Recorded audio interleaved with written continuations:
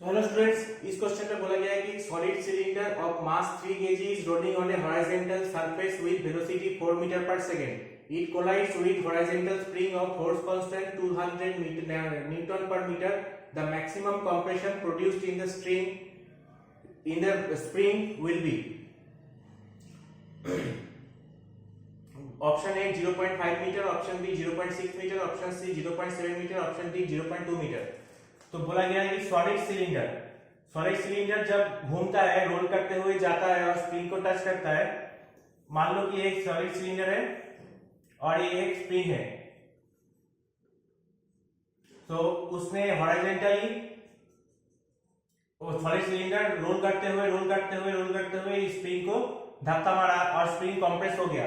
तो maximum compression of the spring will be. तो हम इसको देयर इज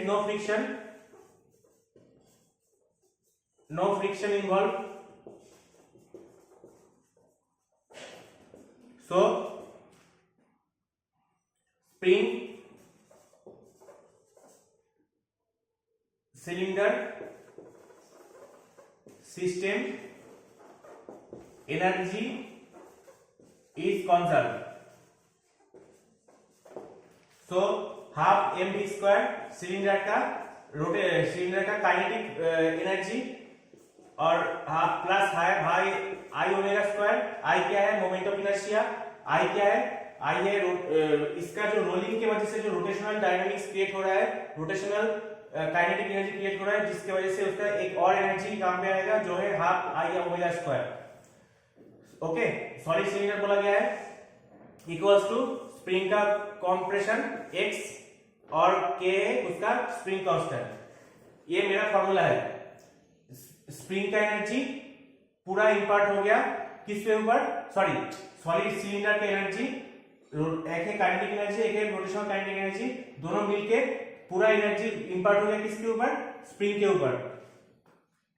और स्प्रिंग की एनर्जी कंप्रेस्ड हो गया, स्प्रिंग कंप्रेस्ड हो गया, तो उसके पास एक पोटेंशियल एनर्जी डेवलप हो गया. तो इसको सॉल्व करते हैं. हाफ कर दिया. तो m कितना है? 3. वेलोसिटी कितना? 4. आई का वैल्यू कितना?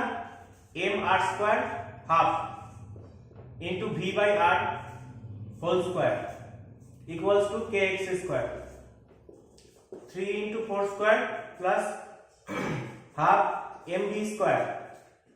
ओमेगा को हम लिख सकते हैं v by r and i का वैल्यू क्या है? Half m r square. m क्या है? Mass of the cylinder.